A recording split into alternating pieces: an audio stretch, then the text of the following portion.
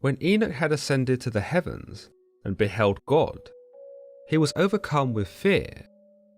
He had already witnessed the intense fires that blazed around him, and had already made the acquaintance of an imposing cherub. Now he was present before God, and he could do nothing but prostrate before him in terror. We understand that by this point, Enoch had read the Watchers their rights, and as per God's words, had condemned them for their reprehensible actions upon the human race, that saw them teach mankind the secrets of heaven, impregnate the mortal women, and sire the giant abominations known as the Nephilim. The archangels had already subdued the fallen angels by this point, and had brought them to heel, and the Watchers were shown to be helpless in the face of Enoch, as they pleaded with him to carry their sorrow and regret to God.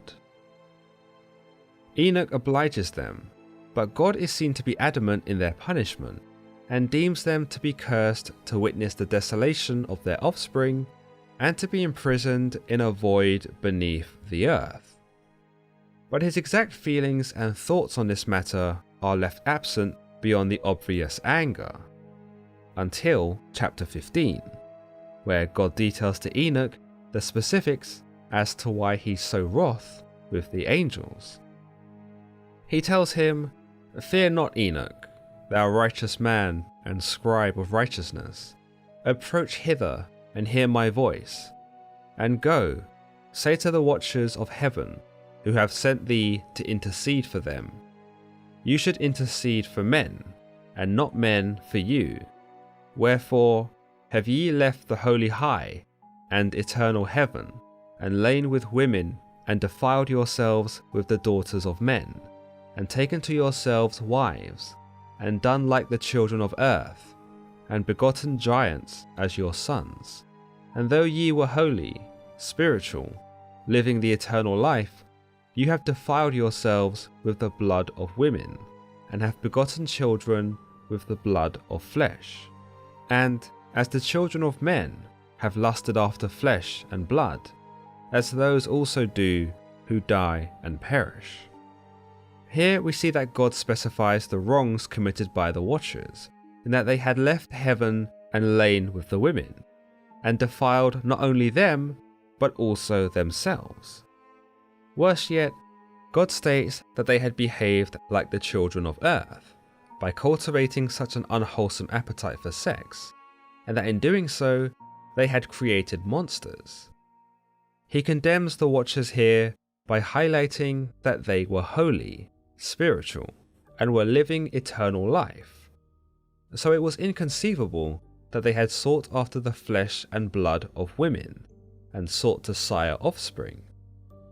In essence, God is rebuking the Watchers for having behaved like mortal men.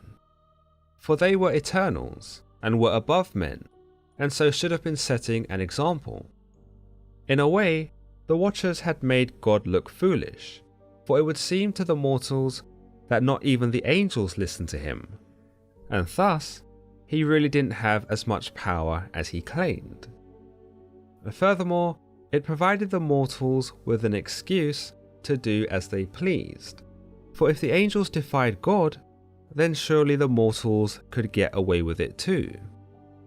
Perhaps this is why God comes down so hard upon the Watchers for their transgressions, for it is not just a result of his anger, but to restore a sense of order and fear into the mortals, that if anyone turns against him, like the Watchers had done, then they will be punished as such.